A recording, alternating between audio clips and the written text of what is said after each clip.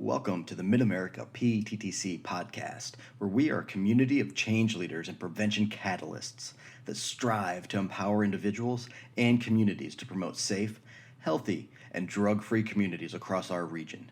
We're honored to have you as a member of our PTTC community. Thanks for listening and keep up the great work. Every single one of us is a leader and could be a leader. It started with a local coalition in our county.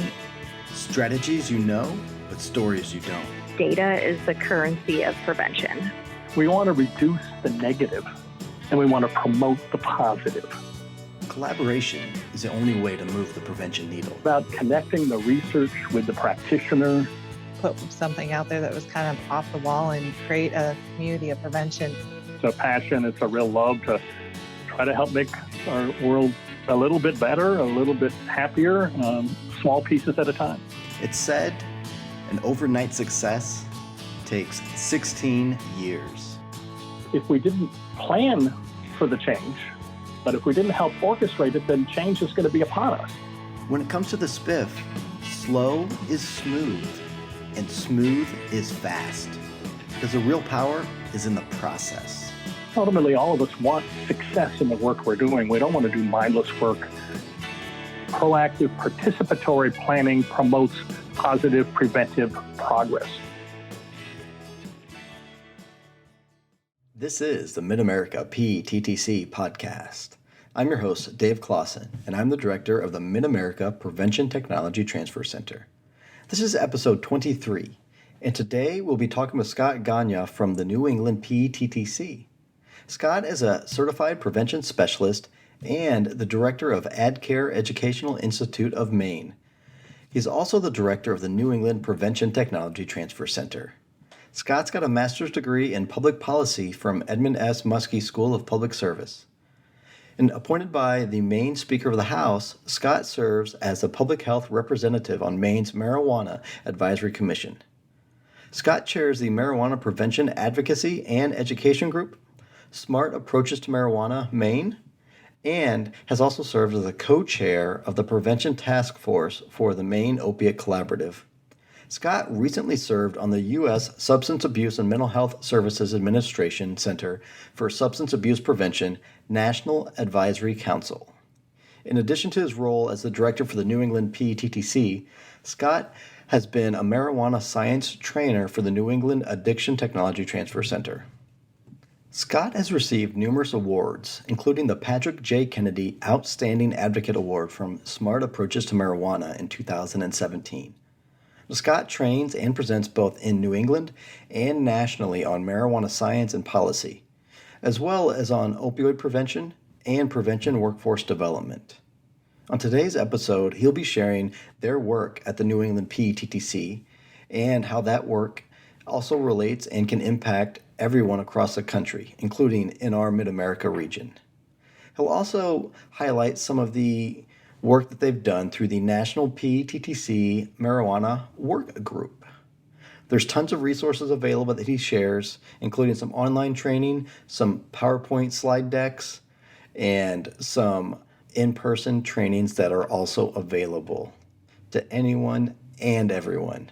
Before we get into the content, we'd like to thank our funder, the Substance Abuse and Mental Health Services Administration. And a quick note, although funded by SAMHSA, the content of this recording does not necessarily reflect the views of SAMHSA. And without further ado, let's get into the content.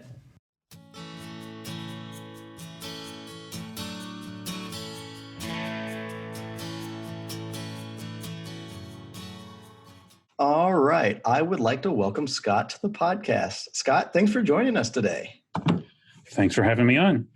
All right. Well, let's jump right in. Would you share a little bit about sort of your background and then maybe even a little bit about your region with the PTTC? Sure. So my name is Scott Gagnon. Lived here in Maine forever. And but been in the field of prevention for a little over 15 years now. I actually started with a organization called Day One, which still exists. It focuses mainly on youth, provides youth treatment services, but it had a small prevention component where I worked on a couple of state-funded SPIF projects. Eventually found my way working for a drug-free communities coalition based in Lewiston, Maine, serving Androscoggin County, and then most recently moved here to AdCare Educational Institute of Maine, where I've been for about the last 5 years as the director of operations. So we provide training and technical assistance through a variety of state contracts, mostly around the behavioral health workforce, but we also do some services around problem gambling and disaster behavioral health and emergency preparedness work. So that's kind of my background, both as a prevention practitioner, but now kind of more on the training, technical assistance side of things. And then we have become the New England Prevention Technology Transfer Center. We applied for that opportunity to serve as the center for here in New England. So that means we serve the traditional 6 New England states, which is Maine, New Hampshire, Vermont, Massachusetts, Connecticut, and Rhode Island. So that's our service area. And so we're just into year 2 and very excited to be working with all 6 of these states. We, of course, have been very active here in the state of Maine. So we're really anxious and excited to kind of bring what we were already doing in Maine around supporting the prevention workforce and kind of scaling that up and bringing it to the New England workforce, because we have a really great team here that does some really great work around planning trainings, developing technical assistance tools and services. So it was a great opportunity for us to kind of, again, broaden our scope a little bit geographically. And it's been really exciting to meet and work with all the leaders and stakeholders and prevention practitioners here throughout the New England region. You guys have been busy too out there in New England. Little bit of a sidebar. One of the things that I love about the new PTTC network is just that, a network. Little old me might not have ever crossed paths with you, but now we have the power of a network across the country to be able to reach out and connect with that many more excellent trainers, subject matter experts, and get that support and help everywhere. And for the listeners in the Mid-America region, one of the really main reasons I wanted to bring Scott on today was to talk about their focus area for their region, because not only does it really apply and fit their region, but quite frankly, it fits every region. It's great content, great information. So the more people that we can get it out to, the better.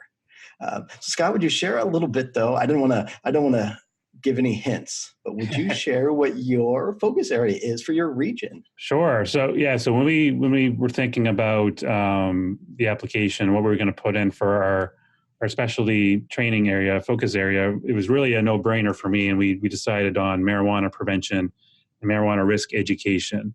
One of the reasons, it's just kind of part of my own personal background professionally. I've done a lot of training in speaking here in Maine and throughout New England already on the topic of marijuana, particularly as it intersects with the movement around legalization, whether we're talking about adult use or medical. So it is something that is in our wheelhouse in terms of training and technical assistance. But the other piece is, New England really has become sort of the East Coast ground zero for the legalization movement in terms of we've had a lot of changes in our states. Both Maine and Massachusetts had a vote in 2016 around legalization, which passed, and then Vermont has also passed a legalization law, which looks a little bit different. And then New Hampshire, Connecticut, and Rhode Island all have medical marijuana along with Maine, Massachusetts, and Vermont.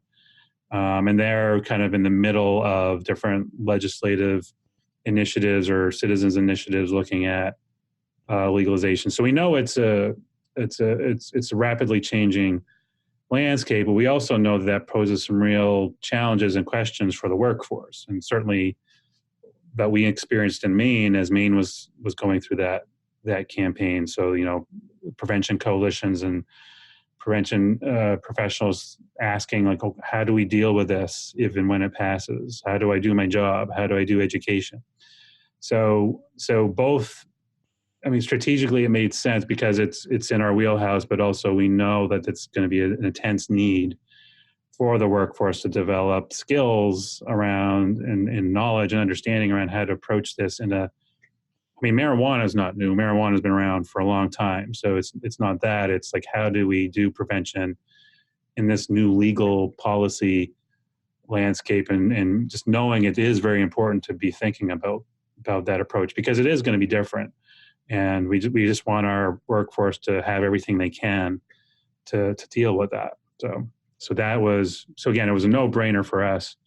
And I think it's been good, because we have had a lot of requests all across our region for trainings and for technical assistance and for research and how do I deal with this in my community. So I think it made sense, and it's playing out pretty much on a weekly basis. But I love what you're doing. You're learning from each other. You're sharing lessons from your work there in Maine with your other states, because the more we come together in prevention, the more we learn from each other, the more we're intentional about sharing our stories, what's worked for us, what hasn't worked. That's how we're going to move the needle just that much further.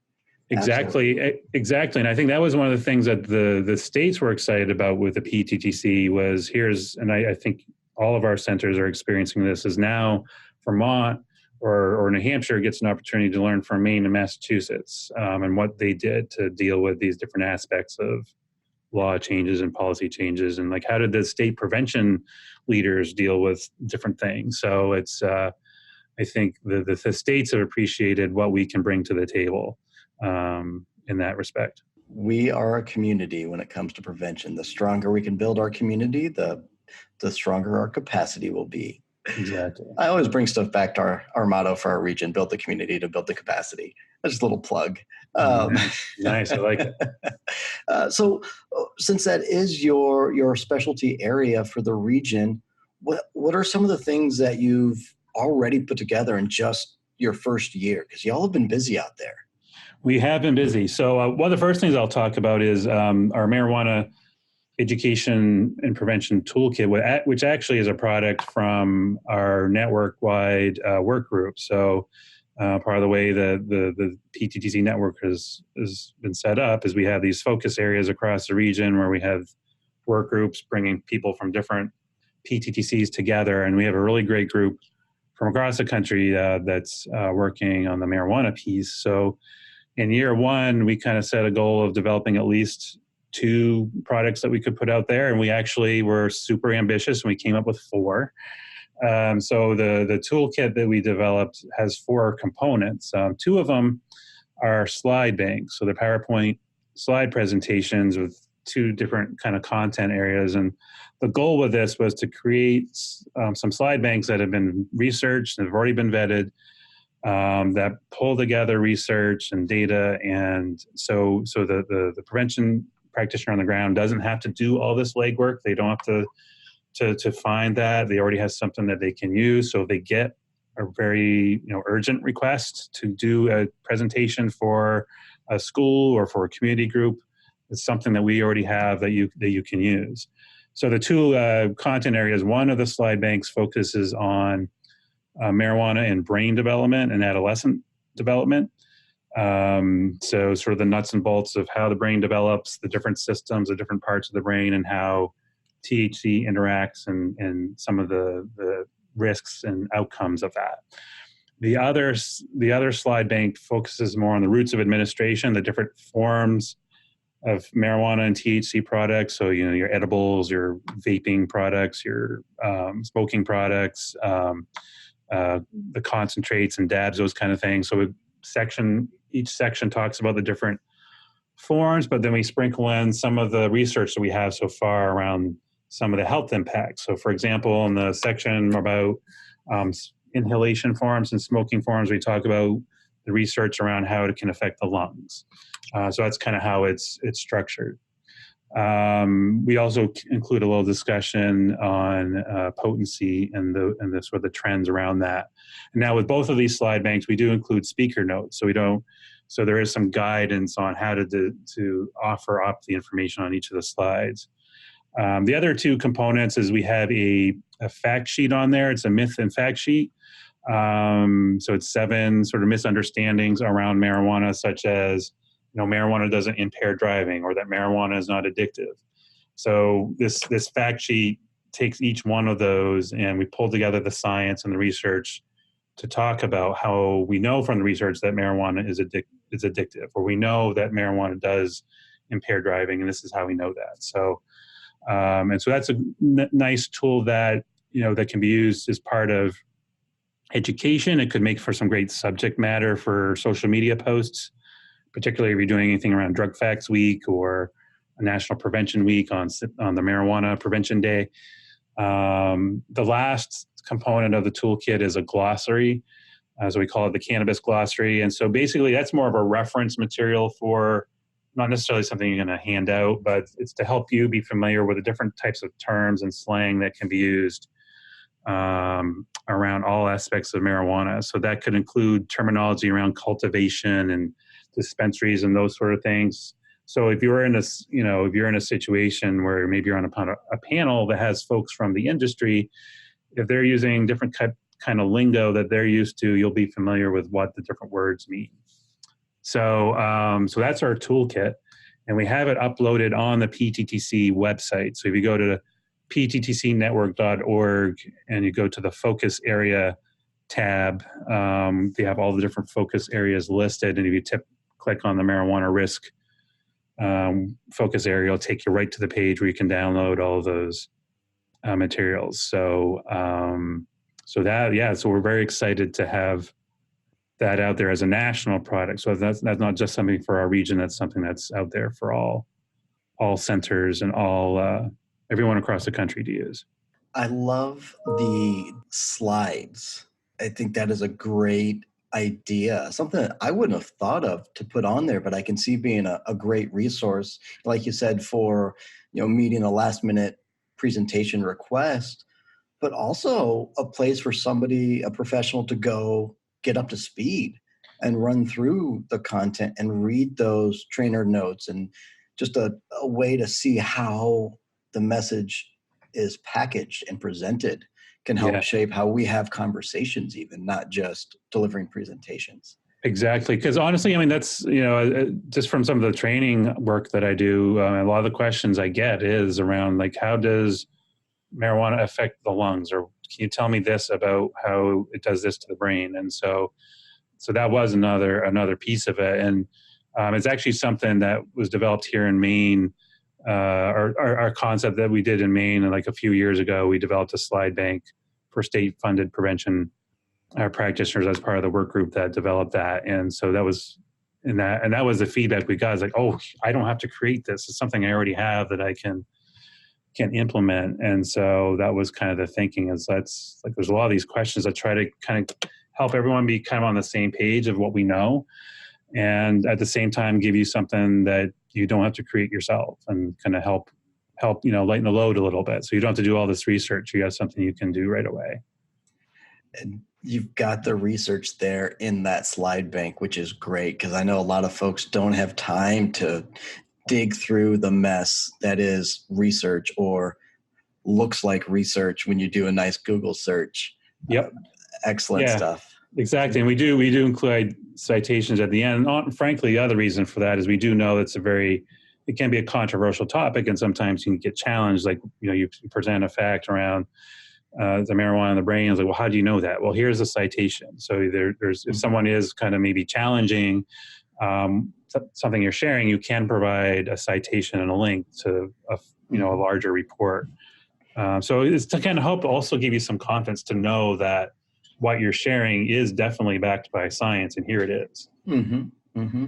And for those folks listening, I'll put a link directly in the show notes to that toolkit.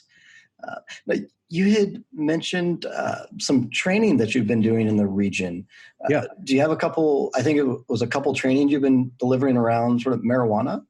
What are those looking like? Yeah, so here in our region in New England, we've developed a couple of in-person trainings that we can offer to coalitions or states or whoever is interested in that. One of them is called Prevention Skills in the Era of Legal Marijuana, and so that is really kind of about how to do prevention in this new landscape. So how do you use the tools that we already have? The strategic prevention framework, the strategies for community change, and how to use those tools to think about, because marijuana isn't new, but what's new is now that we've had this legalization law pass, or now we have dispensaries opening up. So it's how to kind of take the context of a changing policy landscape and how to use the tools you already have around doing prevention and think about how you're going to develop your strategies in this new landscape. The other training we do is called the evolution of marijuana policies and where prevention fits in. And so that one's a little bit more focused on policy and really talking about the importance of understanding the policies in your state and communities, how to be able to read them and understand them, and how to look for where some of the issues may be and to pair that up with your prevention approach. Here in Maine, when legalization passed, we recognized there were a couple of loopholes that we're going to have to deal with. And so we were able to find those in the policy and to kind of think about, okay, what's our strategy to address this? So, one example is there was a gifting loophole where, folks 21 or over were able to gift marijuana to other adults 20 or over, but there was this loophole where people were going to be able to charge for different things, and we were just worried about how that was going to increase access and so we were able to identify that loophole and think about, okay, what's our prevention approach to be able to address that? So it's a little bit more focused and deep dive into the policy aspect and how to be really literate on what's going on in your state or community, and to use that to influence how you shape your prevention approach. Both of those trainings sound so interesting. I might just have to make a trip out to New England to attend one or two of them. I want to learn more. I'll just throw that out. If it's a training you're interested in your region, we certainly can work with your center to think about how we could provide that there. So we are going to explore that offline. Sounds awesome. Now, sort of in the short term, before we get all of that logistics figured out for those in person, I know you guys have some online training available that folks in our region could probably log on and take right now if they wanted to. What are some of those? Yeah, so we've been working on. We've done a number of live webinars, and sort of the way that we've been, kind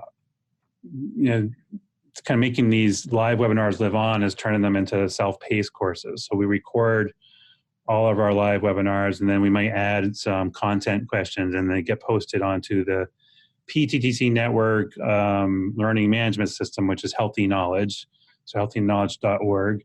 And so currently, if you go to the substance misuse prevention section of that, you'll see a number of courses that are posted there. One is part of what we call our Prevention in Action webinar series. So we've developed this series here in New England where about once a month or every other month, we feature a coalition or an individual working in prevention that has some kind of success story that we want to share with the region. So it may be implementing a specific model or a specific program or a specific kind of approach that we want others who may be interested in trying to replicate that, or maybe that's something that they're trying to implement but they're struggling with. It's an opportunity to learn from someone who's been successful in a particular strategy or approach. So one of the first ones that we did, which is posted on the Healthy Knowledge website, is with my friend and colleague Rob Rogers here in Maine, who's an instructor at the University of Maine at Farmington, and he was successful in getting the SAPS, so the Substance Abuse Prevention Skills Training, introduced at Maine Farmington as a college course. So we thought this was an interesting example of both of how to kind of broaden access to that prevention skill training, but also a good example of how to get prevention education into a college setting. So we did this as a webinar where he basically shared a story from almost really following the SPIF, so the assessments, his steps for developing and implementing this college course. And so then we recorded it and posted it on that platform. So if there's others across the country or maybe thinking about, it'd be great to have a SAPS course, or it'd be great to have some kind of prevention course at our college, just an example of what that could look like. We do have a couple other record webinars that are posted. We have one that's called Minecraft, Not Ms. Pac-Man, Transforming Prevention Presentations for Today's Audience. So this was with a couple of professionals, actually also based here in Maine, that kind of developed kind of a consulting training service where they're trying to help prevention practitioners kind of freshen up their presentation game. So it's some kind of tips and strategies around developing slides, using images. So it's kind of help, again, really kind of freshen up your presentation approach. But we also have one other course on there around toxic stress and adverse childhood experiences. So those are all on there, but our plan is to do more of these prevention action webinars and record them, and also have those posted on Healthy Knowledge. So there'll definitely be more on the way. I know folks in our region have already expressed an interest in the toxic stress and ACEs course, since our priority area is drug endangered children. I know folks have found that course already, very interesting. So thank you guys for putting that up there so we can all benefit from it as well. Yes. And I love the SAPs in higher ed. I'll be at the NASPA Strategies Conference next week, and I'm going to be sharing that with folks there as well. That's a higher ed prevention conference. Yeah. And actually, and I'll say, since we've posted that, we've had, or since word has kind of gone around that we did this webinar, we've had some inquiries and some interest around learning from that example, and so it has generated some kind of requests actually here in our own region for some follow-up TA with some communities around how can we implement this in our community. So, yeah. And it's really one of the reasons that's one of the other reasons we do the Prevention and Action webinar series, is to kind of facilitate some of that networking and sharing within our region, but also, certainly if it's helpful around the rest of the country as well, as we want to, share those success stories, but also facilitate more partnership and collaboration amongst our prevention community, here in New England and across the country. So we figure any way we can help with that's great. Together we are stronger. Yeah, absolutely. Yes. And so those are online trainings and recorded webinars. I understand you've got an upcoming webinar in January. Yeah. So January 15th, we have a webinar, and I'm going to make sure I give you the right time. So pardon me. So it's with, so the topic basically is cannabis policies, learning from alcohol. So that the crux of the webinar is to kind of look back at sort of the development and the evolution of alcohol policies and how those have changed, and how we can kind of learn lessons from that as cannabis policy is rolling out in states that have legalized. So there's a lot of considerations, and their focus certainly is on those policy aspects that relate to public health and prevention. So how can there be good policies that take into mind, some of the effects that are going to come from, more retail access to this. So that is January 15th. And our presenters are Mary Segawa and Cassandra Greisen. And that is at 2 p.m. Eastern time. We will be having that webinar. So registration is still open, and certainly we welcome anyone from across the country who wants to join us for that. It isn't New England specific, so this is definitely very applicable across the country. So that's a topic you're interested in, definitely feel free to join us. I will say we are definitely planning to record this one and have it one posted as well. So if you're not able to join us at that time, we definitely will be working on getting that posted to share as a static course as well. Great stuff. And I will put a link to that webinar registration in the show notes. And also, once the recording is up on Healthy Knowledge or the PTTC website, I'll also push that link out to all the listeners here. Because yes, that very relevant across the country, not just in New England. So you guys are doing great work, putting some solid stuff together. Awesome. Yeah, we want to stay busy, that's for sure. Yep. We're the rare breed that we like to look for more work. Give me more. Give me more. I like it.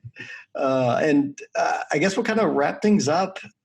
You've got a presentation or a session coming up for Prevention Day. Is that correct? Yeah. So for if you are coming to the SAMHSA Prevention Day and CADCA Forum in February, I am joining SAMHSA for a workshop on SAMHSA Prevention Day. It's during the 245 workshop block. It's called Marijuana Facts, Focus on Prevention with Special Emphasis on Adolescents and Pregnant Women. It's basically two presenters, someone from SAMHSA and myself. The SAMHSA presenter will be focusing on kind of the background on the data and that they're seeing, the research around some of the risks and those kind of things. But then they'll also be talking about some of the tools that SAMHSA has been putting out, and folks in the field may be familiar. They just very recently released a guidebook around prevention and marijuana use during pregnancy. So I think they'll be highlighting that and some of their other tools. My portion of the presentation will be certainly focusing on our marijuana education toolkit, talking about that and some of the other training technical assistance services we can provide. So if you're coming to the forum, or if you know of colleagues that are coming and are interested in learning more about both PTTC tools and SAMHSA tools in these two content areas, you definitely will want to come check us out. I will also plug, before that 11:30 to 12:30, we know that our National Coordinating Office is part of a workshop to talk more about the PTTC model. So if you're interested in learning more about that, although I'm sure you're probably very well aware of that, but you certainly go to that session as well. So, but I know our whole team is coming out. I think a lot of other PTTCs will be around as well. So it'll also be a great opportunity if you haven't really networked very closely with your PTTC, or if you want to learn about what we're doing in some of the other regions. We hope we get to meet you and have some time to chat. So. Yes, I think we're going to have a good PTTC presence at CADCA. So I'll be there on Thursday, February 6th, sitting on a panel with the DEA to talk about drug misuse on college campuses, engaging community members and law enforcement in your prevention efforts. So yeah, come on out. We'd love to see y'all at each and every one of our sessions because, hey, we're here to serve you. So the more we can get to know you and build our relationship, the more we can do in the big picture. Yeah, absolutely. Wonderful stuff. Thank you again, Scott, for taking time out of your busy schedule, because clearly you guys are staying busy getting some great work done. So thank you very much. We greatly appreciate you and all the work your team's doing. Well, thank you again for having me on and get a chance to talk about it. We love to share what we're working on and however it can be helpful for everyone. I mean, our charge is to serve New England, but if we can help the rest of the country as well, that's a bonus. So. Yes, indeed. All right. Well, thank you very much and have a wonderful day. Thank you.